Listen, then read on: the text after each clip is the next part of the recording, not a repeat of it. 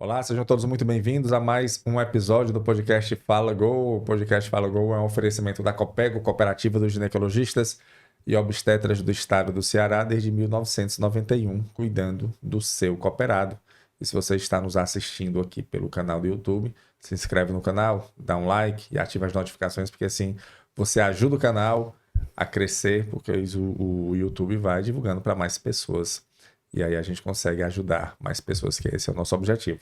Lembrando também que nós estamos no Spotify, sempre trazendo um assunto sobre saúde e bem-estar. E hoje nós vamos conversar com quem, Renata? Com a doutora Jéssica Feitosa, e o tema será pré-eclâmpsia. Pré-eclâmpsia, tudo bom, doutora Jéssica? Tudo bem, É um prazer recebê-la aqui, certo? A gente eu que agradece agradeço o muito convite, muito obrigada mesmo. a sua participação, que a gente vai falar sobre um assunto bem delicado, né? Isso, Bem exatamente. delicado. A doutora Jéssica, ela é ginecologista e obstetra e também... Isso. Eu tenho uma segunda residência, que é a residência de medicina fetal. Medicina fetal. Isso, é exatamente. E aí, a gente teve uma conversa aqui, doutora Jéssica, com o doutor Elson. Maravilhoso. Uma pessoa assim, um doce, gentileza, Ave Maria. Pronto, a gente falando sobre gravidez de risco, né? Isso. E assim, falamos sobre alguns assuntos de gravidez de risco, quais algumas patologias que podem causar nesse período. E uma delas, assim, foi a pré-eclâmpsia, né? Uma mulher com pré-eclâmpsia. E aí, a gente vai se aprofundar mais hoje aqui na nossa conversa. A pré-eclâmpsia, assim, já eu fico fico intrigado. Ela surge na gravidez ou ela tem, assim, vamos dizer assim, a paciente, a gestante, ela tem alguma predisposição, por exemplo, para ter pré-eclâmpsia? É assim, Crasso, você teve o podcast com o Elson maravilhoso, que é gestação de risco. Então, não dá pra gente falar de gestação de risco sem falar de pré-eclâmpsia. Hoje a gente vai destrinchar um pouquinho mais. Mas, assim, é hoje a patologia de maior morbimortalidade em todas as gestantes do mundo. Então, é uma doença extremamente prevalente, ela existe, ela precisa ser estudada e ela precisa ser avaliada porque ela acaba matando muitas mães, né? É uma doença só da gravidez. Ela é uma doença que, na maioria das vezes, a gente ainda não consegue dizer por que ela surge 100%, Sim. mas acredita-se que seja uma falha na placentação. A placenta eu explico para as minhas pacientes assim de forma mais simples, era para ela grudar no útero direito e ela acaba não se implantando, não grudando tão direitinho no útero. Para a parte mais científica, a gente não consegue uma segunda onda de migração trofoblástica adequada, né? A gente não consegue abrir as nossas artérias espiraladas e com isso gera toda uma cascata inflamatória que vem aí da doença da pré-eclâmpsia. Quando a gente fala de pré-eclâmpsia, as pessoas costumam pensar muito na pressão, né? É uma doença da pressão alta, é uma doença que a pressão aumentou, mas a gente tem que lembrar que ela é uma doença sistêmica, que é uma doença que envolve também o rim, envolve também o fígado, o sangue. Nós podemos ter várias coisas derivadas da pré-eclâmpsia. Quando a gente fala da pré-eclâmpsia em si, ela é uma doença que surge na gravidez, geralmente após as 20 semanas. E mais, como você falou, eu tenho fatores de risco que devem ser rastreados, que devem ser procurados antes dessas 20 semanas, porque a gente já tem hoje alguns métodos que a gente pode fazer para prevenir a pré-eclâmpsia. Então, existem mulheres como, por exemplo, as pacientes que já têm hipertensão, que têm diabetes, que têm lúpus, SAF, que são algumas doenças, vasculopatias, algumas doenças nos vasos. Mulheres, por exemplo, que a família de primeiro grau, mãe, irmãs, tiveram pré-eclâmpsia em gestação anterior, que é uma coisa que a gente não costuma perguntar, né? Você não costuma perguntar para sua mãe, ô mãe, você teve pré-eclâmpsia na minha gestação? Ou para sua irmã? Mas isso é uma coisa que pode ser um fator de risco para você. Então, é um fator de risco, sim.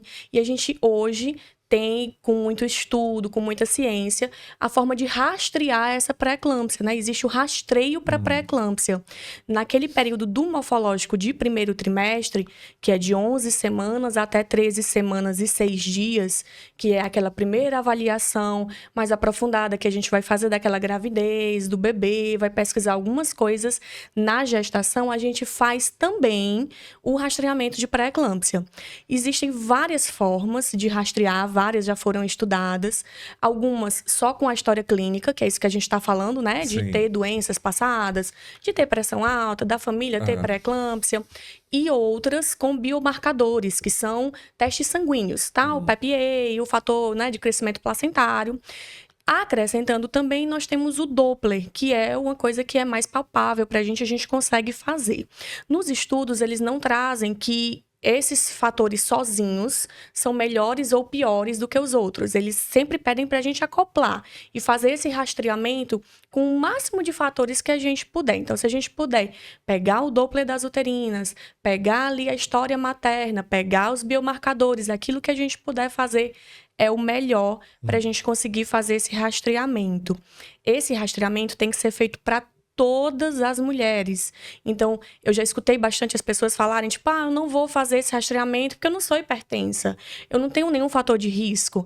Mas não é só para aquelas que têm fator de risco, né? Aquelas que têm um fator de risco, que são identificadas, a gente já vai entrar com a prevenção, que hoje é o AS, aquela aspirina que a gente Aspirina acha. mesmo? A aspirina mesmo, que a gente acha popularmente aquele acizinho rosiozinho, que era Eu sei, docinho, que a gente sim. tomava na infância, depois pronto.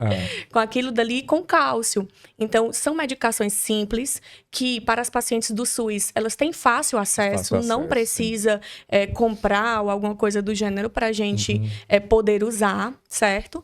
E que mudam completamente o percurso dessa gestação, porque quando é feita essa prevenção em tempo adequado, a gente deve iniciar aí antes das 16 semanas, eu posso evitar que essa paciente venha a ter pré-eclâmpsia ou retardá-la o máximo possível, porque quando essa doença ela surge muito precocemente, como ela vai afetar minha mãe, ela vai afetar o meu bebê, pode ser que eu tenha que tirar esse bebê ainda prematuro. Então, a gente traz, junto com a pré-eclâmpsia, esse outro calo da ginecobstetrícia e da pediatria, que é a prematuridade. Então, a gente acaba tendo que resolver, que é fazer a cesárea ou fazer o parto normal dessa paciente com um bebê, às vezes, um pouco mais novo, um bebê prematuro, ainda imaturo, porque essa doença já está afetando e criando condições ruins para a mãe e para o bebê. Perfeito. A gente, então assim, pelo que eu tô entendendo, você só vai conseguir saber se você vai desenvolver a pré-eclâmpsia durante a gravidez. Durante a gravidez, não com tem certeza. como antes. Não tem. Existem algumas, pelo que eu entendi, né? Não sei se estou errado, mas existem algumas patologias que assim, não necessariamente você vai desenvolver, mas... É um fator de risco que a gente chama, risco exatamente. que você quer, seria diabetes, Pressão alta, gravidez múltipla. Então, se são gêmeos, trigêmeos, já são um outro fator de risco, idade avançada. A gente conversou com um obstetra aqui sobre gestação de risco também, e ele falou que, acho que foi até o Elson mesmo, o Dr. Elson, uma gravidez de gêmeos já é de risco. Só por ser gêmeos já é de risco. Então, a gravidez de gêmeos também pode ocasionar pré-eclâmpsia. Sim, porque a gente tem aí um fator, né, causal, que é a placenta, que aí pode também causar, é um fator de risco, inclusive, para pré-eclâmpsia precoce. Para essa pré-eclâmpsia chegar até mais cedo do que ela iria chegar. Então, quanto...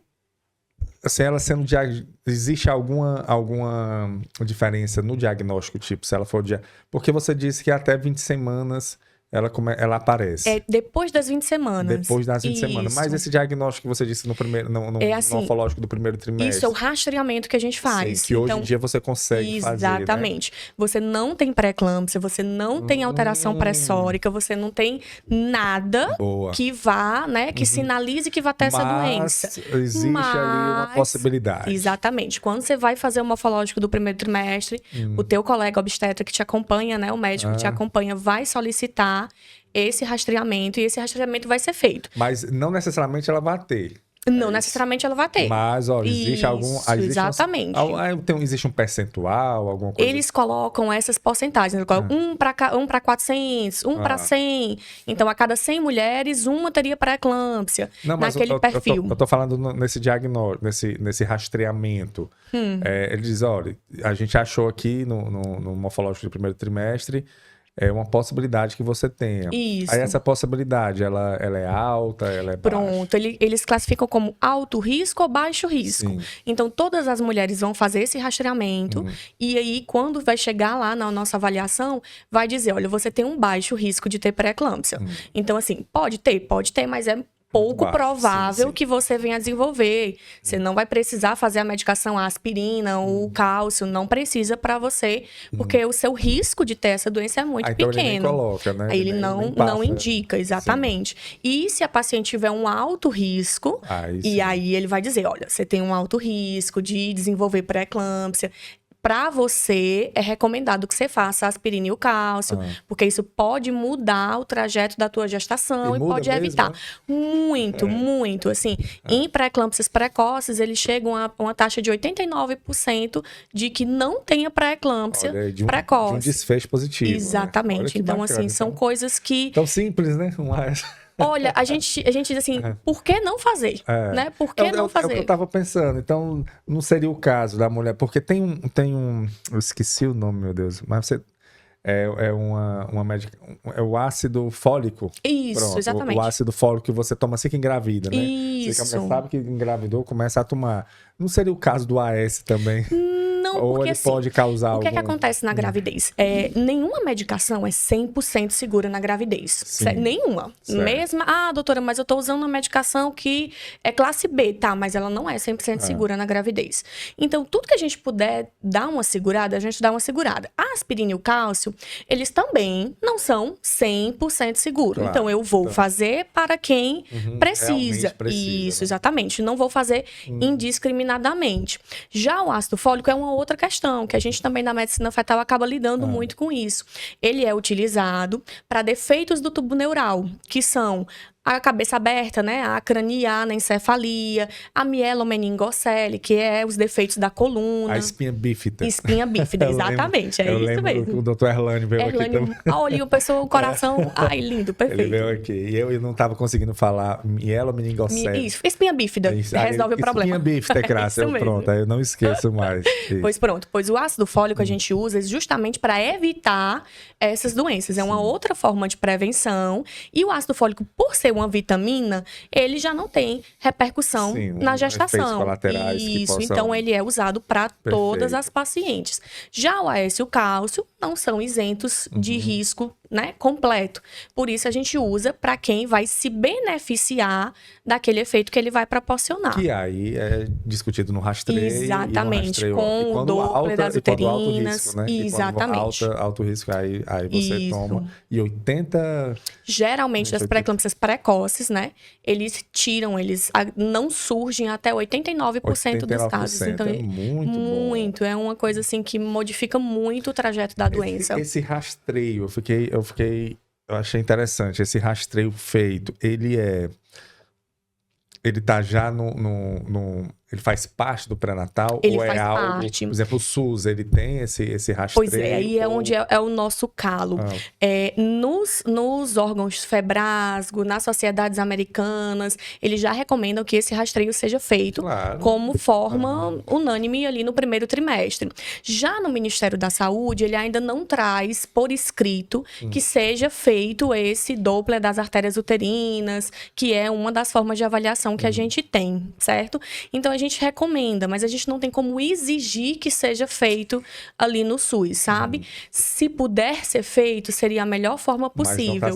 Mas ainda não é obrigatório. A gente teve uma grande vitória agora, que foi a questão do eco fetal, né? O eco fetal é um exame de coração dos bebês, que no particular já era feito para todo mundo. A gente já pedia para todo mundo de rotina e o Ministério da Saúde aceitou agora de que ele fosse também solicitado para os pacientes do SUS como forma obrigatória. Então, a gente tem ali um respaldo por trás para solicitar.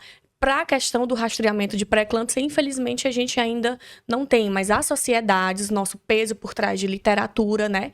Na Febrasgo, da UACOG, do Real, enfim, todas as sociedades que a gente tem um estudo robusto em gestação, em medicina de medicina fetal, eles recomendam sim esse rastreamento. Tem que ser, porque se eu digo assim, porque os números, eles são muito fortes, né? 89%, poxa, e assim, e salva vezes, vidas. O que a pessoa... mas é em uma porcentagem pequena. Tá, mas se naquela porcentagem pequena tiver tua irmã, né?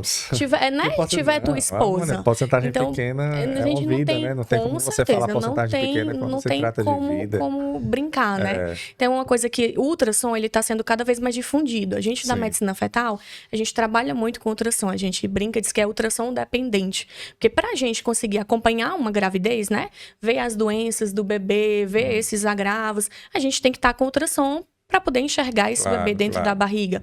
E aí o ultrassom está sendo cada vez mais difundido. É uma coisa que hoje em dia você acha de uma forma mais fácil. As escolas de ultrassom, graças a Deus, estão hoje cada vez mais ensinando o Doppler, ensinando esses ramos da medicina fetal. Então é uma coisa que você acha de fácil acesso. Não é uma coisa assim, do outro mundo, que você não vai conseguir achar. Né? Isso, não é exatamente. Não é uma coisa assim, meu Deus do céu, tenho que procurar horrores para conseguir fazer, não. A gente conversou aqui, você falando, né, a gente vai lembrando de vários profissionais. Passou a doutora Sâmia aqui também. Maravilhosa também. Sobre o transtorno, então. Isso. E ela falou justamente a evolução que teve Exatamente. Nesse processo e que hoje realmente ele tem um impacto muito positivo. Gigantesco, né? Você consegue fazer. né? Que é aí que surgiu a medicina fetal. Exatamente. É onde surgiu, disso, né? É onde a gente conseguiu trabalhar, né? Então, nesse ramo da pré-eclâmpsia, a gente consegue prevenir para que essa pré-eclâmpsia ou não aconteça, ou ela tarde o máximo possível. No ramo da prematuridade, a gente está, né, aí lutando todo dia contra a prematuridade. A gente tem um rastreamento também para a prematuridade, com o tamanho do colo do útero. E na medicina fetal como um todo, a avaliação para a gente ver algumas malformações, algumas doenças que ainda podem ser tratadas intraútero e que fazem total diferença. Que se esse bebê não tratar dentro da barriga, quando ele nascer, ele vai ter sequelas gravíssimas, como, por exemplo, a mielomeningocele, né, que o Erlânio veio aqui e falou e tudo. Seriam sequelas completamente diferentes de uma cirurgia dentro do útero para uma cirurgia fora do útero. E, às vezes, a diferença é realmente entre vida e morte. Então, a gente, infelizmente, pega ainda gestações de mães que tiveram bebês que faleceram porque não tiveram esse acompanhamento, né, suficiente, porque não foi conseguido diagnosticar as coisas a tempo e aí o bebê, infelizmente, não resistiu e foi a óbito. E a gente está querendo mudar isso. E a gente quer mudar essa realidade na pré-eclâmpsia, tanto na questão da mãe, quanto na questão do bebê. Então, a gente quer levar essa gestação com esse binômio o máximo possível adiante, sabe? A gente quer que eles consigam chegar o mais próximo do termo, que é aí 37 semanas, para que a gente possa ter um bem-estar para os dois, tanto para a mãe quanto para o bebê. Claro. E aí você, depois que feito esse rastreio, foi feita a medicação, né? O AS com cálcio, mas aí não evoluiu para pré-eclâmpsia, né? Não conseguiu barrar. Aí qual seria o procedimento? O acompanhamento, né? Então, assim, a gestação de uma paciente com pré-eclâmpsia já é uma gestação de alto risco, né?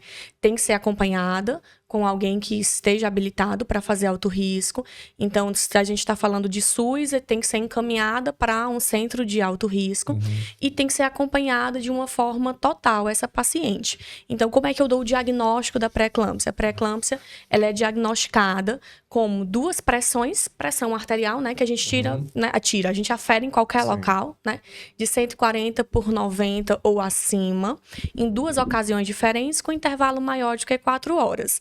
Tendo isso, a gente vai procurar uma lesão de órgão-alvo. Então, como eu te falei, a pré-eclâmpsia ela não vai mudar só a pressão. Ela vai mudar também o rim, vai mudar também o fígado, ela vai também alterar células sanguíneas. E aí a gente vai buscar, em forma de exames laboratoriais ou de sintomas da paciente, alguma evidência que me diga que algum desses outros órgãos estão alterados. Pode ser uma proteinúria, mostrando que o rim está ali danificado. Pode ser alguma alguma doença mais grave, como um AVC, um edema agudo de pulmão, ou até mesmo uma doença placentária, como uma restrição de crescimento. E aí a gente teria a certeza de que essa paciente tem uma pré-eclâmpsia. Estando ela com pré-eclâmpsia, a gente vai tratar, né? A gente vai entrar com medicações para pressão, a gente vai acompanhar os exames laboratoriais dessa paciente, porque ela pode ter mudança nesses exames, né? Decaimento da função renal, decaimento da função hepática, enfim. Ela pode afetar tudo isso. E dependendo do grau da pré-eclâmpsia, porque a gente divide a pré-eclâmpsia em sem sinais de gravidade ou com sinais de gravidade, a pré-eclâmpsia grave, né? Se a paciente ela tem uma pré-eclâmpsia sem sinais de gravidade, eu não tenho nenhum sinal de que até agora esteja uma gravidade mais evidente, eu posso tentar conduzir a nível ambulatorial, né, em consultas e sempre um pouco mais próximo, não é aquele pré-natal que eu vou ver a paciente só uma vez ao mês, eu tenho que ter ela um pouquinho mais próximo. E se ela tem a pré-eclâmpsia com sinais de gravidade, grande parte dos consensos orienta-se que essa paciente esteja internada, né? E a gente vai entrar para essa paciente que tem pré-eclâmpsia grave com a medicação que muda... Outra medicação que muda o curso da história, que é o sulfato de magnésio, né? Então, a pré-eclâmpsia, ela traz consigo alguns monstros, né? Ela traz consigo algumas doenças muito graves, como esse edema agudo de pulmão, que a gente já falou, o AVC, a coagulação intravascular disseminada, que é essa IVD, que a paciente coagula num lado e sangra pelo outro, e aí fica uma confusão, né? O samba do crioulo doido aqui dentro, com a insuficiência hepática, o hematoma subcapsular hepático, alterações renais, e aí a gente tem muita coisa associada.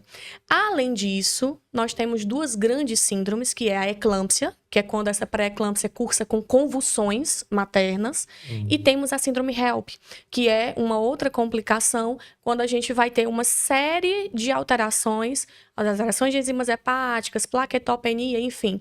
A gente vai ter várias alterações que diga que essa paciente tem essa síndrome HELP. As duas são urgências médicas, elas precisam ali ter um atendimento rápido, com a observação da mãe e do bebê. Nesse ponto, o risco de vida da mãe já é altíssimo, infelizmente. Então, a gente luta para que isso não aconteça. Mas pode sim chegar. E quando a paciente tem uma pré-eclâmpsia grave, ela já tem um risco maior de ter essas duas entidades, ou a eclâmpsia ou a síndrome HELP. Então, alguns órgãos recomendam que ela fique internada para que possa ser melhor monitorizada. Então, o nome pré-eclâmpsia é justamente porque ela causou a eclâmpsia. É como se fosse. Hoje, as pessoas... Mas não é só a eclâmpsia que ela causa. Isso, exatamente. Ela é uma doença estabelecida. E causa muita confusão, inclusive, na cabeça das pessoas, porque quando a gente fala pré-eclâmpsia, as pessoas dizem, é um começo de eclâmpsia, né? Tá Isso, exatamente. Antecipando a eclâmpsia. Não é. É realmente uma doença chamada pré-eclâmpsia e tem a sua complicação, que é a eclâmpsia, que são as convulsões.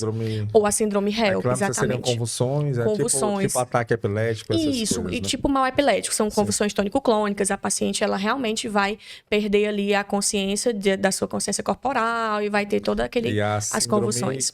E a síndrome HELP o que é mesmo? Como é que chama? As letrinhas... Os cromossomos? Não, meu Deus do céu, a palavra que é a sigla. A sigla, é uma sim. sigla, perdão. Que ele fala, né? Meu Deus do céu, a gente foi longe agora. O DNA. Mas é uma sigla que fala o DNA, as letrinhas. sobre hemólise, que são a morte das células vermelhas, né? A destruição das hemácias do sangue, alterações de enzimas hepáticas, certo? E uma plaquetopenia, low plaquet. Então, assim, a gente tem todas essas alterações sanguíneas que fazem a paciente ter sangramentos espontâneos. Ela causa sangramentos. Isso, e outras coisas bem mais severas. Então, a síndrome HELP, como, assim, só para ilustrar, é uma síndrome que deve ser tratada em UTI. Então, a paciente que foi diagnosticada como síndrome HELP, ela deve ser conduzida. Ela fica com hemorragias, Ela fica com hemorragias, ela vai ter algumas outras complicações. Ela pode ter hemorragia craniana, que é o famoso AVC. Ela pode ter hemorragia no fígado. É bem perigoso, né? É algo bem sério, que a gente precisa realmente se preocupar. Mas aí, doutora Jéssica, tudo isso porque ela está grávida. Isso não acontece sem ela estar grávida. Não. Olha que coisa. É uma doença que é dependente da placenta, né? Então, se eu não estou grávida, eu não tenho placenta e aí eu não teria essa doença, eu não teria essa gravidade aí, esses potenciais complicadores. Mas aí, numa situação dessa, se bem com 20 semanas, né? Que é quando... Começa a surgir. Isso. a cura seria, na realidade, o bebê nascer. Isso. Então, assim, é uma doença evolutiva. Sim. Em algum momento, ela vai dar alguma coisa trágica. Só que às vezes a gente consegue, na maioria das vezes, graças a Deus, resolver, que é fazer a cesárea ou fazer o parto normal, antes que ela resulte em algo trágico, certo? E aí a gente tem que realmente ir monitorando essa paciente, monitorando esse bebê, vendo direitinho. Se a gente conseguir ver que essa doença está afetando demais a mãe ou afetando demais o bebê, aí eu preciso intervir, fazer o parto dessa paciente para que essa doença pare de evoluir. Então, realmente, o tratamento é resolver a gravidez. Você fica ali, você fica tentando, fazendo algumas... Você fica no limbo, Sim. entre mãe e bebê. Você fica, meu Deus, tá ruim agora, mas o meu bebê é muito prematuro ainda. Será que eu tiro agora? Será que eu sustento mais um Com pouquinho? quantos meses, assim, você ficaria seguro para tirar o bebê? Pois é. A gente fala muito, a pré-eclâmpsia grave, né? Que essa que a gente tá falando, que pode dar as maiores complicações, recomenda-se que ela seja levada até 34 semanas, né?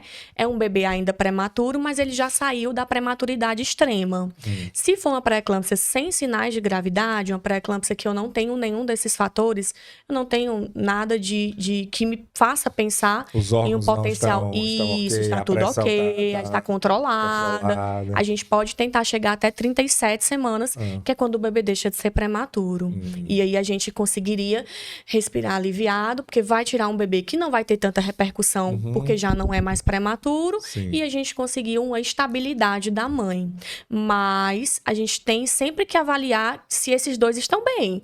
Então, eu quero chegar até 37 semanas, mas eu não vou sacrificar nem a minha mãe, nem o meu bebê para isso. Se em algum momento a gente vê que um dos dois não tá bem, talvez a gente precise intervir antes disso. Entendo. Aí, 34 semanas seria o mais tarde, assim, do prematuro. Isso, mas exatamente. antes, você Às já vezes correu o caso de tirar antes, muitas né? vezes. Então, assim, quando a doença tá realmente maltratando a mãe, né? Quando ela tá realmente ali já muito, muito grave, às vezes a gente tem que retirar e resolver a gravidez para evitar que isso traga maus maiores, né? Para evitar que isso termine de desfecho pior. Você falou no início, mas eu não sei se eu entendi certo. Ainda tem muito caso de morte por pré-eclâmpsia? Tem, infelizmente, é uma das maiores causas de morte e mortalidade em todo o mundo. Em todo o mundo. Né? Não é só aqui. Nos países subdesenvolvidos, né? O Brasil está incluso num deles.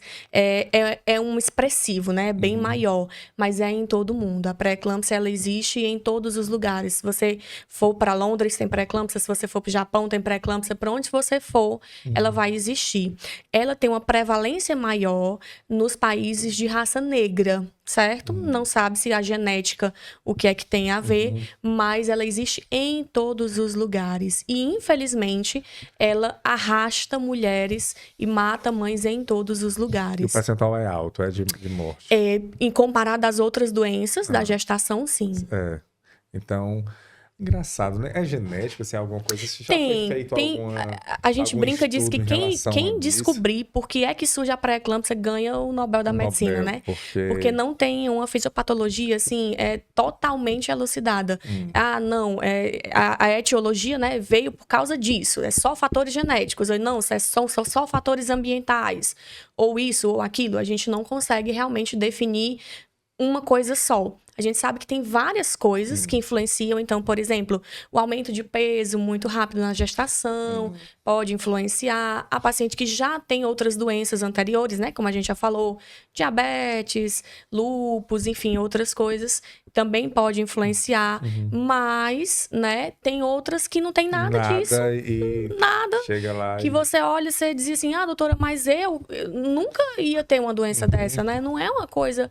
E aí a gente acaba se surpreendendo quando a doença chega. Eu fico, assim, acho que pra mulher que engravida, né, que vai ter filho, se ela souber dessas informações que a gente tá falando... Você não tem noção, misericórdia, a gente enlouquece. Fica muito preocupada. A gente enlouquece. A gente brinca, diz que nós, né, que somos ginecologistas obstetras, a gente tem um certo medo de engravidar. Sim, porque a gente olha para tudo, né, isso e diz, meu Deus do céu, o que será que vai acontecer comigo? Mas assim, eu acho que a gente traz e revela a gravidade da doença não para assustar, mas para mostrar que a gente precisa realmente de um cuidado, Então, assim, o pré-natal, ele é um reflexo de como vai ser toda aquela gravidez, de como é que vai ser todo aquele acompanhamento. E esse pré-natal já tem estudos dizendo que uma boa assistência pré-natal e algumas doenças tratadas durante o pré-natal impactam na vida daquela criança que vai crescer até a vida adulta. Então, assim, a gente precisa tratar bem. Então, procurar um bom profissional para fazer o seu pré-natal, né? Um ginecologista e obstetra que possa lhe acompanhar e fazer o seu pré-natal da forma mais correta. Porque quando a gente passa na residência, em qualquer residência médica que você for, hoje em Fortaleza, mas ouso falar no Brasil todo, vai ter algum caso de pré-eclâmpsia e você vai acompanhar, você vai ver e vai saber como tratar, né? Então, assim, procure um bom profissional, faça um bom acompanhamento pré-natal, esteja lá nas consultas, faça os seus exames, e aí nos exames a gente pede o rastreamento da pré-eclâmpsia, né? Então, se você puder fazê-lo, faça, para que você tenha mais uma garantia, mais uma né? coisa. Uma então, assim, segurança ali. às vezes a gente sabe que as coisas ruins, elas existem para que a gente possa se precaver e evitá-las, Claro, né? claro. Então, assim, se eu sei que beber alcoolizado vai me resultar numa coisa ruim, eu vou evitar de beber e dirigir. Então, tem todos esses fatores. Se eu sei que eu posso ter alguma coisa assim, então eu vou tentar tratar isso antes. Eu vou tentar deixar a minha pressão alta no melhor momento, eu vou tentar perder peso antes de engravidar, eu vou fazer as minhas consultas pré-concepcionais, planejar essa gravidez da melhor forma possível. Quando engravidar, eu vou fazer o rastreamento de pré-eclâmpsia e, se necessário for, fazer a medicação, o AS e o cálcio para evitar. Vou acompanhar o meu pré-natal certinho, que aí no pré-natal vão ser aferidas as pressões, vão ser pedidos exames laboratoriais. E aí, você fazendo tudo direitinho, a chance de dar certo é imensa. E sabe o que eu acho, você falando aí, eu pensando, porque a pré-eclâmpsia, ela apesar de dos problemas que pode causar, seja a eclâmpsia, né, que a gente já falou, e como é o nome A síndrome HELP. Síndrome HELP. É só pensar como se eu estivesse pedindo ajuda. HELP. HELP, pronto, síndrome HELP. Que é bem complicada, né? É bem complicada. Mas também ela pode afetar outros órgãos, né? Isso, exatamente. Então eu acho que quando a mulher, se ela tem vamos dizer, um hábito saudável de vida antes de engravidar, Isso. ela pode passar por essas situações de uma maneira mais positiva, ou não.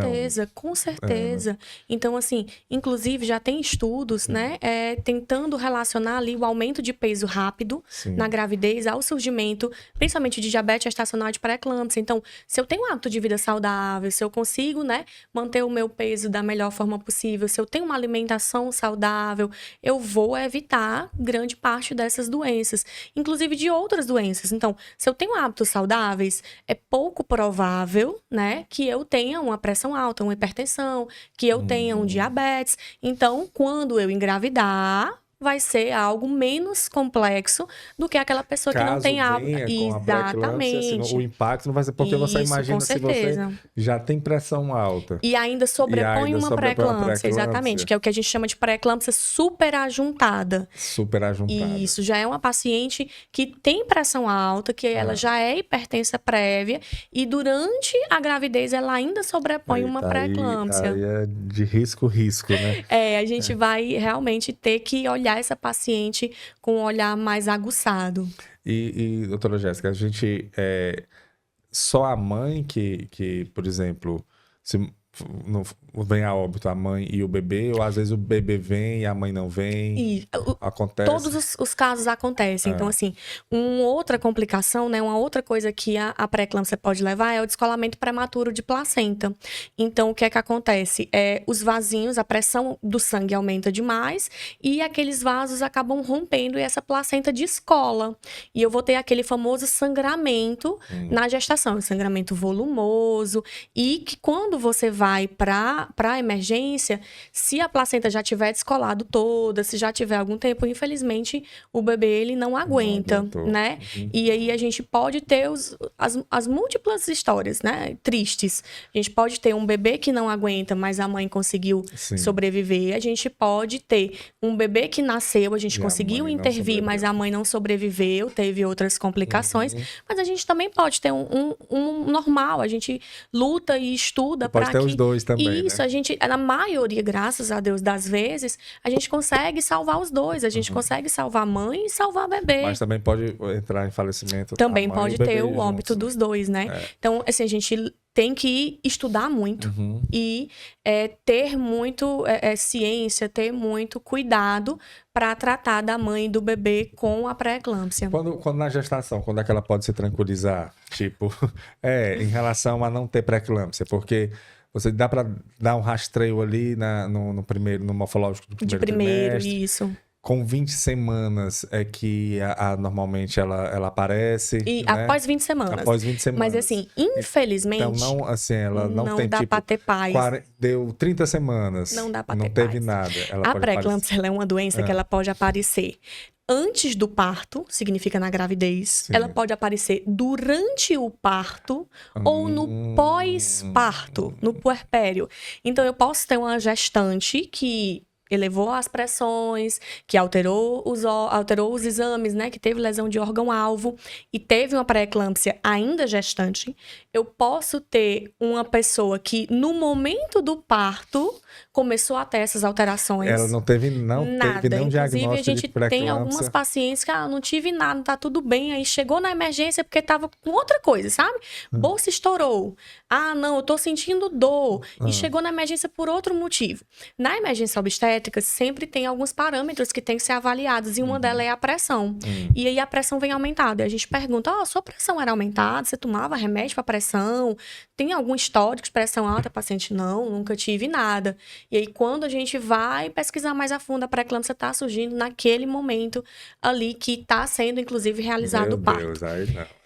E pode surgir no pós-parto. Então, não tive nada na gravidez, não tive nada no parto. E naqueles primeiros dias, geralmente, de pós-parto, eu começo a ter alterações sugestivas da gravidez, da pré-eclâmpsia, que são, né, as elevações pressóricas e essas outras alterações. Então, eu preciso ter um acompanhamento de todo esse percurso. Gravidez, parto e pós-parto. Mas o impacto da pré-eclâmpsia, por exemplo, na hora do parto. Porque... pelo que eu percebi, a pré-eclâmpsia, ela maltrata na questão dos órgãos, né? Que ela vai afetando. Exatamente. Que ela pode desenvolver ali umas eclâmpsia, né? Que são as convulsões, a síndrome HELP, né? Mas aí, como é que ela vai saber isso na hora do parto, assim? Na hora do parto, isso tudo vai aparecendo de que paciente, forma? estando para parir, independente de ser um parto normal ou de ser um parto cesariano, a gente vai acompanhá-la, né? Então, a gente está sempre aferindo a pressão dela, a gente vai perguntando se está tudo bem. E o maior sinal que dá para a gente é realmente essa elevação pressórica, esse aumento da pressão, em que a sistólica, que é a pressão mais alta, está acima de 140, que é o 14, e a pressão mais baixa, que é a diastólica, está acima de 90. Então, o impacto seria na pressão. Isso, é o maior, é o que a gente vê primeiro, geralmente. Pode ocasionar um AVC, pode ocasionar... A gente vai vendo, a gente tem até um valor que a gente chama de pico pressórico, que é quando a gestante está com uma pressão muito, muito alta, que essas coisas, como a gente está falando, né? Um AVC, essas coisas podem surgir, que é a pressão acima de 160 por 110, que é o 16 por 11. Então, uma gestante que está com a pressão de 16 por 11 ou acima, ela precisa procurar uma emergência. Eu até brinco com as minhas buchudinhas e digo, você tá com a pressão 16 por 11, vai para emergência sem olhar para trás. Não vai se preocupar com bolsa de menino, com levar acompanhante, vai para emergência. Porque isso é um sinal de alarme, assim, grande pra gente de que alguma coisa não está... E pode ser a pré-eclâmpsia. Exatamente, que alguma coisa não está certa. E aí, depois do parto, né? Depois do parto, assim, pelo menos o bebê já nasceu. Já nasceu. Já nasceu. Já tirou esse problema das nossas costas. Mas aí a mãe pode Pode acabar desenvolvendo. O maior risco é nas 72 primeiras horas, eu ia né? perguntar, porque normalmente a mãe, ela fica, acho que 24 horas, ela vai para casa. Dependendo do parto. Sim. Tem alguns partos 24, tem alguns partos 48, mas não dura muito tempo, não. Pois é. Mas geralmente eles surgem, assim, os piores sintomas, a parte de maior gravidade é nas 72 primeiras horas de pós-parto, que é quando eu posso ter mais agravos. Sim. E aí, quando ela tem... O que é que ela faz, então? Assim, o que é que ela tem Procura o seu obstetra, tá? Mas vamos supor que ela está no hospital, certo? Sim. Lá no quarto, aí vão aferir a pressão, tá alta e pronto. E aí a equipe, tanto pré-eclâmpsia, médica quanto a equipe de enfermagem, a gente vai agir, certo? Se for pós-parto, a gente vai entrar em medicações para pressão. E aí tem uma medicação, quando a gente tem os sintomas de gravidade, como esse pico pressórico que a gente falou, a pressão acima de 160 por 110, ou tem alguns sintomas que são a turvação visual, a visão da mulher ela fica embaçada, a gente chama de brilhinhos, mosquinhas, que são os escotomas visuais, uma dor de cabeça, uma cefaleia, que geralmente ela é occipital, ela é mais aqui atrás, persistente, que mesmo você tomando medicações, ela não cessa, ou uma dor epigástrica, uma dor que, como a gente chama, na boca do estômago, o Matuto chama, que é uma dor referida, né, de uma potencial complicação dessa. Se sentir alguma dessas coisas, se esse pico pressórico existir, evidência de alguma lesão de órgão-alvo, como isso, a gente vai entrar com o sulfato de magnésio. O sulfato de magnésio, ele é uma medicação neuroprotetora. Ele vai proteger essa mulher e tentar evitar que ela convulsione, que ela vai entrar naquele circuito de eclâmpsia, certo? Então, é uma medicação que quase em todas as maternidades a gente tem, era para ter em todas, né? Que é uma medicação extremamente necessária e a gente, hoje em dia, né, fala-se muito, pensou que a pré-eclâmpsia está grave, se você acha que essa pré-eclâmpsia está grave, já entre com sulfato de magnésio para estabilizar essa mulher, para poder ela conseguir evitar essas outras complicações. Então, se for necessário, vai entrar com sulfato de magnésio, vai entrar com medicação para reduzir essa pressão, vamos ver se tem alguma outra lesão em algum outro órgão para agir de acordo com aquela lesão. Ah, doutora, tem uma síndrome HELP, mas a gente vai passar essa mulher para UTI, vamos precisar de cuidados intensivos. Então, a gente vai de acordo com aquilo que a paciente está necessitando da gente. Então, assim, é uma doença muito... complexa. E porque a gente até falado que ela só acontece porque você engravidou. Isso, né? exatamente. E aí, mesmo a criança nascendo, ainda existe caso de você... porque são fatores, né? Mas a mulher pode chegar a óbito depois de nascer? É forte da mesma maneira como se ela estivesse grávida? Não tem um estudo que diga assim, é mais grave se estiver grávida, é mais grave se tiver puérpera. Sim. Mas ela pode sim, infelizmente, ir a óbito. Se não tiver os cuidados isso, exatamente. rápidos. Por isso mas que você disse que corra para emergência. Exatamente. Né? A gente tem treinamento para isso, né? A gente tem estudo para isso.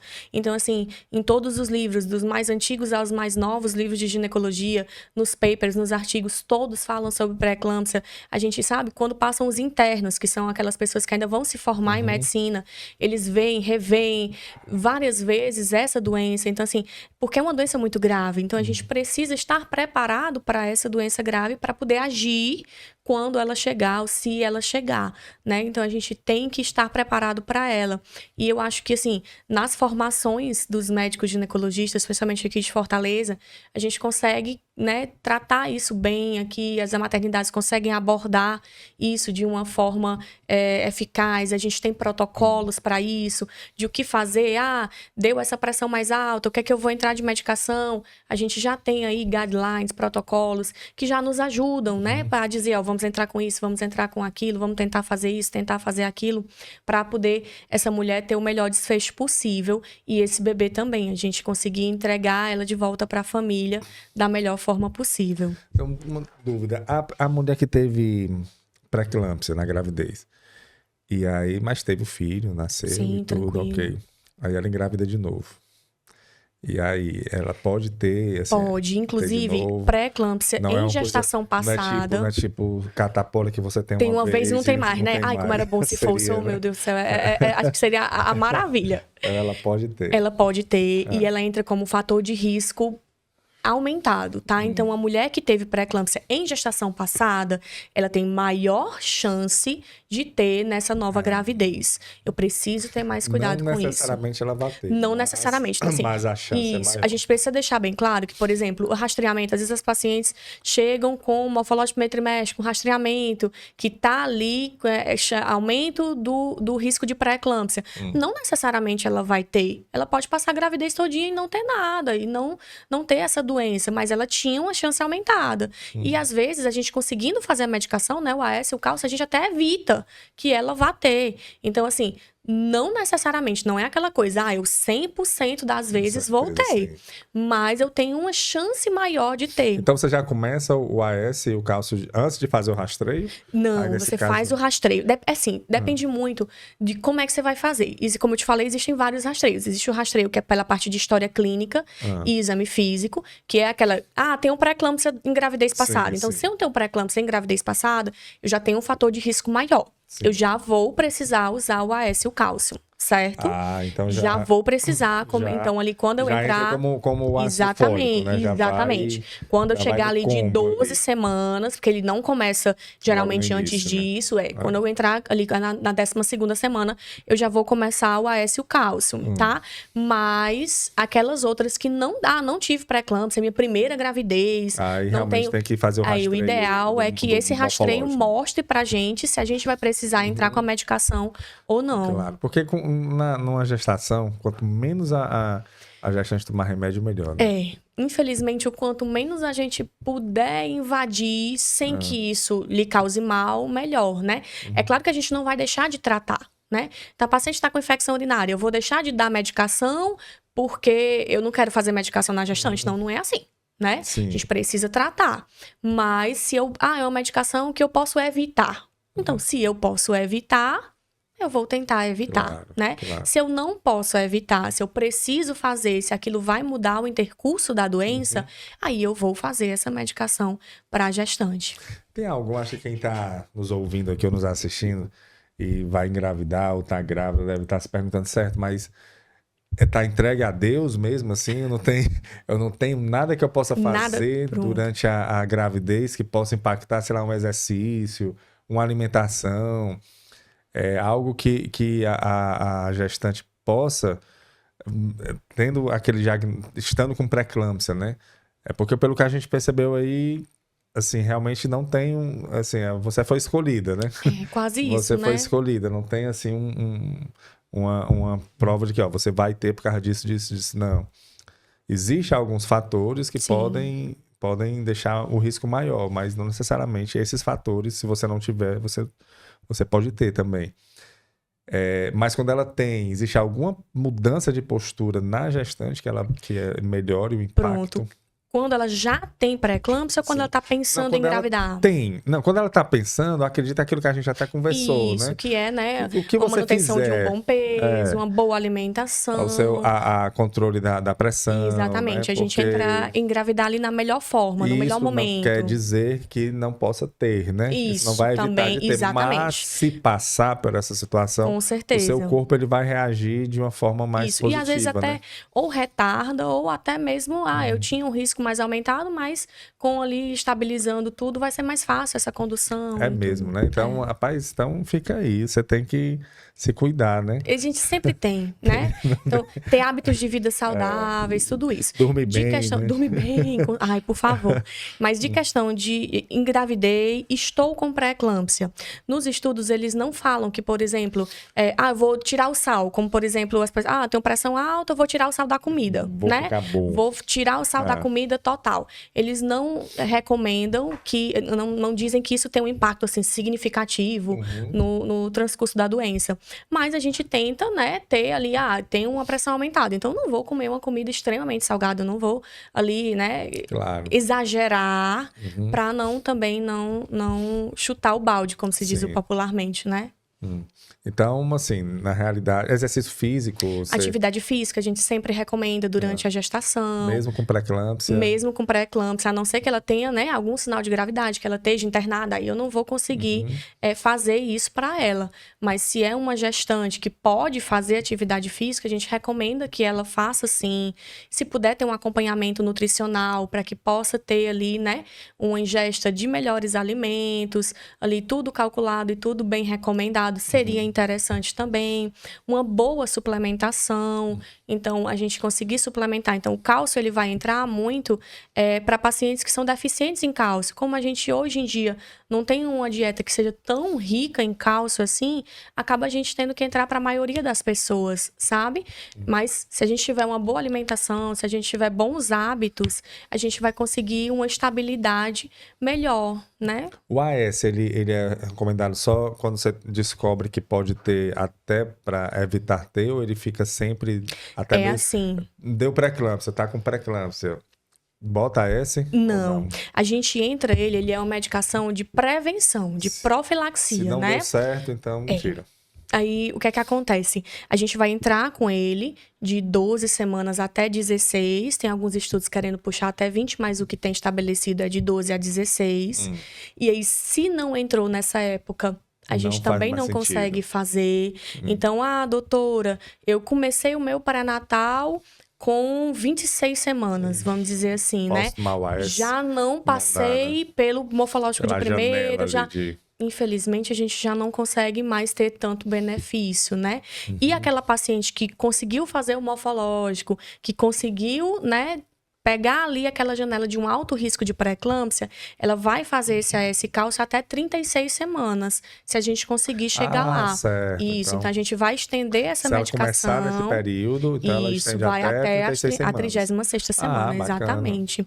E aí a gente vai fazer e acompanhar. Se ela não tiver, aí não desenvolveu... Isso, vai manter vai esse AS mantendo. cálcio até a 36ª Grande semana. AS, né? Santo AS, como a gente Santo diz, né? AS, Santo AS. Santo AS. E santa muito bom. ciência também, né? Que a Claro, gente claro. consegue estudar e consegue trazer coisas que podem impactar na vida de uma mãe e de um bebê que ali não tá tendo nem escolha, né? Claro, Não então, teve. doutora Jéssica, eu estava imaginando aqui, você acompanha, né, as pacientes e deve pegar, e pega casos, né, de Sim. pré-eclâmpsia. Eu acho que o psicológico dessa paciente, ele fica muito alterado. Muito abalado, né? Fica muito. E para aquelas que sabem, ainda mais. Não, a gente... eu tô falando justamente da... A gente... porque a gestação em si, mesmo as que não é alto De risco habitual, de isso. risco habitual, ela já não... assim, já é diferente, né? Total. A rotina da mulher já muda, então são cuidados Já tem ali vários medos, né? Exatamente,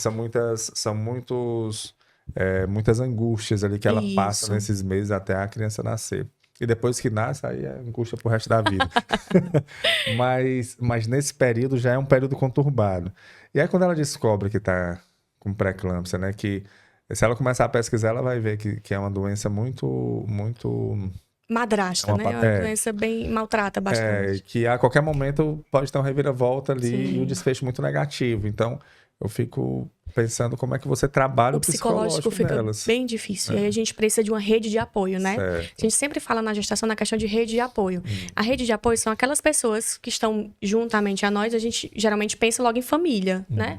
Mas às vezes a pessoa não tem tanta proximidade com a família, pode ser um amigo, pode ser um vizinho, pode ser, enfim, alguém que você tenha maior proximidade, que possa te ajudar a passar por aquele momento de dificuldade, que vai te ajudar a ter até, né, os hábitos corretos, a controlar essa pressão. Então, eu tenho uma paciente que ela me diz assim, doutora, o meu marido é que me lembra de aferir a pressão. Olha. Então, o meu marido é quem lembra, botou lá no reloginho dele, diz, fulana, tá na hora, vamos lá registrar a pressão, vamos ver quanto é que tá ali a pressão. Então, ela em casa vai lá, pega o aparelhinho dela e anota tudo direitinho, sabe? Então, assim, tem outras pessoas que a mãe ficou muito preocupada e diz, olha, tô aqui. Aí, todo dia eu mandava mensagem, doutora, pra minha filha, sua pressão deu 16/11? Não, mãe, ai, graças a Deus. E aí, passava. Então, assim, a gente precisa realmente de uma rede de apoio. O período gestacional é um período de grandes modificações para a mulher, tanto de vista hormonal, quanto, né, do ponto de vista de perspectiva de vida. Era uma vida que eu levava antes e eu vou agora levar uma outra vida que vai modificar completamente o meu cotidiano e tudo. E quando a gente descobre uma doença, no meio disso daí, não tem como dizer que o nosso psicológico fique 100%, né? Independente do que seja. Claro. Uma diabetes gestacional, uma pré-eclâmpsia, uma malformação fetal. Sim. Independente daquilo que a gente descobre, a gente vai realmente exigir um pouco mais de cuidado e de carinho, de apoio psicológico e sustento, né? Apoio psicológico, né? Hoje eu acho que todo mundo precisa. Acho que todo mundo, né? Eu brinco, digo que terapia era para todo mundo. Era para todo mundo fazer terapia, porque acho que todo mundo precisa e ajuda muitas pessoas. Na gestante, mais ainda, né? Um plus, mais ainda, porque são muitas mudanças, são muitas coisas e muitas coisas que vão afetar aí o nosso ponto de vista, a nossa forma de ver a vida, né? Com certeza. E você falando aí, eu imaginando, porque você colocou aí uma boa rede de apoio, procurar se possível, um nutricionista, né? Isso. Até mesmo um acompanhamento psicológico, né? Nesse período. Tudo muito... Esse aí nos melhores dos mundos. No melhor dos mundos. Mas eu fico pensando no SUS, né? Que nem o rastreio, como você falou, a gente consegue ter, né? Consegue ter, né? Assim, Crasso, o SUS às vezes é muito discrepante, porque, por exemplo, se você for num hospital de alto risco, a gente tem um nutricionista, tem um psicólogo, essa paciente ela vai ser abordada por todas. No SUS, zero, assim, não paga nada, zero pagamento, entendeu? Já tem outros hospitais de SUS que não vai ter isso tudo, né? Então, assim, no serviço de medicina fetal do nosso hospital, a gente tem todos esses exames, o rastreio de pré-eclâmpsia é público, né? Do César Caus. Então, a gente tem esse rastreio de pré-eclâmpsia, a gente tem os morfológicos, e tudo é feito pelo SUS, né? Não é nada, não tem nada pago. E é tudo feito. E as mulheres e as gestantes são assistidas por lá, né? Sim. Então, assim, a gente tem as medicações, a gente tem faz os fármacos magnéticos, se a paciente precisar ficar internada, ela vai ficar internada. Né? Então, assim, tem essa assistência. No momento do internamento dela, que ela tá lá e fica internada no hospital, ela vai ser assistida pelo médico, ela vai ser assistida pela equipe de enfermagem, ela vai ser assistida pelo nutricionista, pelo psicólogo. A gente tem essa abordagem, né, com tudo. E é tudo SUS. Então, assim, o SUS, ele tem muitas diferenças. Eu tenho lugares que tem muito pouco, mas eu tenho lugares que eu consigo realmente fazer medicina. Você tá dizendo que é o ideal? Não é. Acho que tá longe de ser ainda. Mas a gente consegue fazer algumas coisas por essas pessoas. Você me entende? A gente consegue trazer aquilo que é para ser feito para essas pacientes. Mas você vê as duas realidades? Por exemplo, você trabalha também no particular, né? Isso. E aí você consegue ver a diferença ou você consegue se equiparar? Acaba sendo gritante a discrepância. Mas por quê? Porque as pacientes do SUS, elas acabam não tendo qual é o grande calo que a gente vê, tá? Peço até perdão aos gestores se não for esse, mas que a gente observa é a atenção básica, a atenção primária. Então, as pacientes, às vezes, elas não conseguem ter um pré-natal adequado, né? Então, ela não consegue fazer esse rastreamento de pré-eclâmpsia, que a paciente do particular consegue fazer. Mas mesmo um hospital como o César Carlos, que dá esse suporte, o SUS, ele é estratificado, sabe? Ele tem atenção básica, atenção secundária e atenção terciária. Só vai chegar lá pra gente do César Caus quem foi encaminhado da atenção básica. Você me entende? Entendo. Então, assim, só vai chegar pra gente quando já tiver pré-eclâmpsia, quando já tiver diabetes, quando já tiver uma malformação. Então isso, exatamente. Então, aquele trabalho que a gente tem que fazer, que a medicina hoje pede o máximo, que é a prevenção, às vezes a gente não consegue fazer. Você me entende? Porque quando chega pra gente, já chegou com a doença. Então, a gente vai só tratar. Mas a parte de educação em saúde, controle de peso, uma boa alimentação, vamos engravidar no momento adequado, vamos fazer ali os rastreamentos adequados, o planejamento familiar. Essa parte, o hospital terciário, ele não vai conseguir fazer tão bem se não tiver algo voltado para isso. O que é interessante, porque se fizesse isso, talvez diminuir a fila, né? É isso que a gente pede, né? Então, se eu tivesse que vocês atenderiam. Total, se a gente tivesse uma melhor assistência ali na atenção básica, na atenção primária, talvez a gente não tivesse tantos agravos, tantas doenças e não sobrecarregasse tanto os sistemas secundários e terciários. Claro. Eu queria conversar aqui, Renata, depois a gente podia ver a possibilidade com o gestor, né? Acho que seria interessante, de um hospital público. A gente conversou aqui, eu não lembro qual foi. a gente falando de cirurgia minimamente invasiva, Sim. e ele falando que tinha, eles conseguem ver em HD, Isso. a coisa assim, coisa muito fantástica. Dr. Marinaldo, né? Ai, maravilhoso, pessoa também. E aí eu perguntei se no SUS, que eu sempre, porque o podcast ele é para a população, A gente né? faz Então, sempre um comparativo, não tem pra como não população. fazer. E aí a pessoa que está assistindo às vezes não tem a condição Sim, de ter um atendimento particular, e eu quero que ela saiba que se no SUS vai poder fazer isso e tal. E aí eu perguntei se esses equipamentos também estavam disponíveis no SUS. Tem, mas assim, a TV não é tão de alta definição e tal. Entendi. Aí eu fico me perguntando assim, porque algumas coisas são técnicas, mas algumas coisas são de material, né? Sim. Material é uma coisa que você que compra, é o né? nosso grande calo, né, do SUS. Às vezes a gente precisa de alguma coisa, mas não tem. Às vezes tem um profissional, mas não tem o instrumento para fazer. Exatamente. Né? Porque eu acho que o mais difícil é você ter profissionais que conheçam, tenham um conhecimento disso. Porque uma máquina você compra.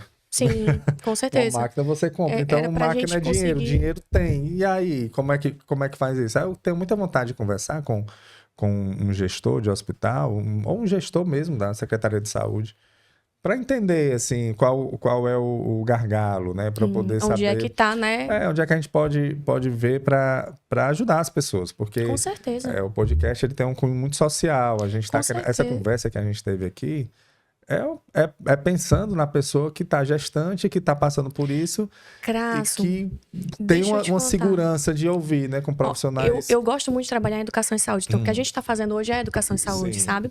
Desde o início da minha formação que eu trabalho com isso. E sempre que você trabalha em educação e saúde, você vê retornos assim que você diz, gente, realmente impacta. Então, internato, eu estava no internato, não tinha me formado ainda, e eu participava de uma liga que era sobre câncer de mama, chamava Amigo do Peito. E a gente era chamado, principalmente em Outubro Rosa, né, para dar palestras e tal. E a gente, né, falando de algumas palestras, falando as coisas, sinais e sintomas do câncer de mama. E aí depois, em outro local onde eu tava no cabeleireiro, pra você ter noção. E aí uma moça me parou e disse, deixa eu te contar uma coisa. Você deu uma palestra um dia no tal canto, não sei o que, do câncer de mama. Eu disse, foi. Ela pegou e disse, eu assisti. E vi que na minha mãe tinha uma das coisas que você tinha falado. Olha aí. E, eu falando, eu me arrupei todinha ainda. Então, ela disse assim, e por causa disso que você falou, a gente foi procurar ajuda, e aí a minha mãe conseguiu ser operada, a minha mãe... Então, assim, a gente muda realmente. A gente hoje tem uma ferramenta que são as redes sociais, né? Sim. E aí, nas redes sociais, eu costumo muito falar disso. Então, falo sobre rastreamento, eu falo... Então, assim, a gente falei uma coisa sobre o rastreamento de pré-eclâmpsia, né? De como é que era feito, quando é que era feito. E várias pessoas, doutora, eu não sabia. Vou até lembrar o meu médico para poder me pedir também. Tem outras pessoas que disseram, doutora, eu fiz. E por causa disso, tomei o AS e deixei de ter a pré-eclâmpsia, sabe? Então, assim, isso daqui que a gente faz é educação e saúde. É justamente como você está falando, para aquela gestante ver e dizer, então a minha pressão que eu vi naquele dia estava mais alta. Será que eu não preciso de ajuda? Será que eu não vou precisar de uma pessoa que seja, né, acompanhe um alto risco? Ou então, olha, eu tô grávida, eu consigo fazer um morfológico de primeiro com rastreamento, então eu já vou fazer, porque eu sei que vai dar ali um suporte melhor no meu pré-natal. Então, é justamente para essas pessoas. Esse é o nosso objetivo mesmo. Sim. Porque hoje em dia a gente vem conversando, né? A internet, ela trouxe muitos benefícios para a gente, né? Mas também tem muita coisa que você não muitos pode... malefícios também, é verdade. Muitos malefícios. E aí, eu venho observando que a gente precisa de uma fonte segura de informações. Isso, é tudo que a gente pede, né? Uma fonte segura de informações. E a gente procura trazer aqui profissionais que vivem o que eles estão falando. Né? Tanto é que na escolha do tema, do profissional, que vivem o que estão falando, justamente. Que o objetivo é levar informação com segurança, de qualidade para as pessoas que estão nos assistindo. E você falou aí do câncer de mama. A gente conversou aqui com a doutora Cris Coutinho. Sim. E aí... Só tem gente boa aqui, hein? Coisa maravilhosa, vou te dizer. Aqui é um canal, a gente leva a sério mesmo essa questão. É uma conversa informal que a gente tem, né? Como a gente está tendo aqui, mas que tem um cunho de qualidade. Todos são profissionais, os que você me falou, todos profissionais extremamente bem preparados. Profissionais... E que vivem isso, né? Com certeza. Conversando com ela vive, né? A gente conversou no período do Outubro Rosa. E ela fala essa questão do SUS também, dos problemas que acontecem no diagnóstico. Isso. Porque a demora, né? O câncer de mama, ele quanto mais rápido, mais fácil o desfecho pode ser positivo. Quanto mais rápido você diagnóstica. Tem um diagnóstico, né? E aí tem uma demora também. Esse diagnóstico, né? E aí acaba que pode... Infelizmente. O desfecho. E aí, na parte de gestação também acontece isso. Então, os nossos hospitais, os nossos centros de alto risco, quando a gente fala, eles estão superlotados. Que é aquela história da gestante de, eu tô com a gravidez gemelar, como a gente falou, né? Uma gravidez múltipla, eu sou alto risco. Sim. E eu fui encaminhada para alto risco, mas não tem vaga. Você entende? E aí, quando ela vai chegar no alto risco, já tá no final da gravidez, o que podia ser feito já não tem mais como fazer. Você entende? Sabrina, eu vou dizer, uma das coisas que me causa assim uma indignação é isso, sabe? De saber que pela posição social da pessoa, a vida dela... Eu morro por dentro. Eu morro por dentro também. O impacto é muito. Porque quando você diz... Por exemplo, se ela tivesse um hospital particular, o diagnóstico sairia logo, né? Não tinha demora para nada, né? Então, pelo fato dessa demora, porque a fila tá grande, não tem... Isso. E eu não acho que é profissional faltando, não, sabe? Eu não Os sei. estudos mostram que não, Pois né? é. Os estudos mostram que não, que a gente tem uma boa quantidade de profissionais, às vezes mal distribuído, porque falta recurso também em algumas cidades do interior, né? Assim. Então, você vai para, vamos dizer, um obstetra vai para uma cidade do interior e aí vai dar plantão numa cidade que não tem sulfato de magnésio, que é a medicação que a gente precisa. Básico, e aí, né? Não, né? coisa... Tá faltando. O que eu vou fazer? Eu não tenho o que fazer com essa paciente, né? Vamos chamar, Renata, vê e depois, com calma, a gente vê um gestor da área de saúde, seria né? legal. Conversar, não é nada... Não é porque às vezes Nem crítica, né? A pessoa já vem toda armada, né? Isso, às vezes você vai conversar com alguém, porque, claro, né? Você trabalha no ambiente, você defende aquilo que você trabalha, né? Sim, com certeza. E aí, às vezes, a pessoa realmente vai, em vez de conversar e dar dar uma crítica construtiva, não vai atacar, né? Sim. E não, se a gente conseguir conversar, é uma conversa, realmente, é para entender, saber às vezes o que é que tá precisando, né? Às vezes pode, numa conversa, sair uma situação onde veja possibilidades, né? Queria entender, sabe? Sim, Eu claro, queria muito com certeza. entender. A gente fica, às vezes, falar mal é fácil, né? Difícil falar mal entender. é fácil. Eu brinco, digo para então meus você internos. tá lá, quem tá lá dentro sabe a dor, né? Então deve ter alguma dor, né? Eu falo para os meus alunos que tem o 11º mandamento da lei de Deus, que é não julgueis o coleguinha. Pronto. Porque a gente não sabe o que é que Não tá sabe, passando, então, né? assim, A gente não tem muita noção de como é que tava o outro lado, né? Eu escuto você falar, alguns outros profissionais já falaram também, causa aquela certa indignação, mas você não pode chegar aqui e atacar o SUS, certeza. porque até todo mundo sabe, o SUS ele é um exemplo de sistema de saúde a nível mundial. É um sistema maravilhoso. Né? É um sistema maravilhoso. A gente tem muita coisa boa. Claro. Né? Como a gente está falando. Lá a gente consegue fazer, realmente mudar a vida de várias pessoas. A gente consegue acompanhar vários pacientes graves. Então, pré-eclâmpsia, se você for hoje lá no César, né? Que é meu hospital, minha casa, você vai encontrar várias enfermarias com várias mulheres do Ceará inteiro tratando essa doença, entendeu? E outras doenças, né? Algumas doenças muito, muito graves. E a gente tá lá e elas estão a custo zero, elas estão tratando lá com os melhores profissionais. Então, os profissionais que estão lá também estão no hospital nos particulares, né? No hospital particular A, no hospital particular B. Atendem e eles também, exatamente, então, eles também estão lá no SUS, sabe? Doutora Jéssica, eu vou deixar aqui a gente já está finalizando aqui a nossa conversa. Muito vou bem. deixar o seu Instagram. Jéssica Feitosa, DRA Jéssica Feitosa. Isso não é isso? mesmo. Doutora Jéssica Feitosa, DRA Jéssica Feitosa, tudo junto, sem tudo ponto. Juntinho, sem ponto. Tá aqui, doutora Jéssica, bem atualizado, né? O seu Instagram. É um canal de comunicação hoje. Muito. Né? Eu gosto muito de falar com as minhas pacientes. Como eu te disse, eu tenho muito retorno delas a respeito disso, sabe? Doutora, a senhora falou disso, nem sabia que tinha. Como a gente acaba sendo medicina fetal, a gente pega muito também de malformações. E, doutora, meu bebê teve isso, eu não sabia nem como contar para minha família. Ou teve caso de diabetes, a gente colocou lá parâmetros de diabetes, paciente que olhou e disse: vixe, doutora, eu vi aqui no meu exame que eu tô com diabetes, vou correr mais rápido ainda para o médico. Enfim, a gente vai tentando ajudar. É uma aproximação, como a gente pode. Que antes existia uma certa distância entre o paciente Exatamente, com certeza. e o médico. Hoje consegue aproximar. Assim, a gente conversa com psicólogos aqui também, já viu? E fala de saúde mental, a gente fala um pouco mal das redes sociais. Porque tem um lado negativo, depende para que né? você usa, né? Isso. Aí eu sempre digo, já disse algumas vezes, vou repetir aqui. As redes sociais, elas são muito boas quando você sabe usá-las. Pronto. Isso. Quando você usa a rede social. Agora, quando a rede social começa a usar você, Exatamente. aí a coisa não com anda. E certeza. muita gente está deixando de ser usado pela rede social. Exato. E aí que a coisa não funciona. Mas segue lá.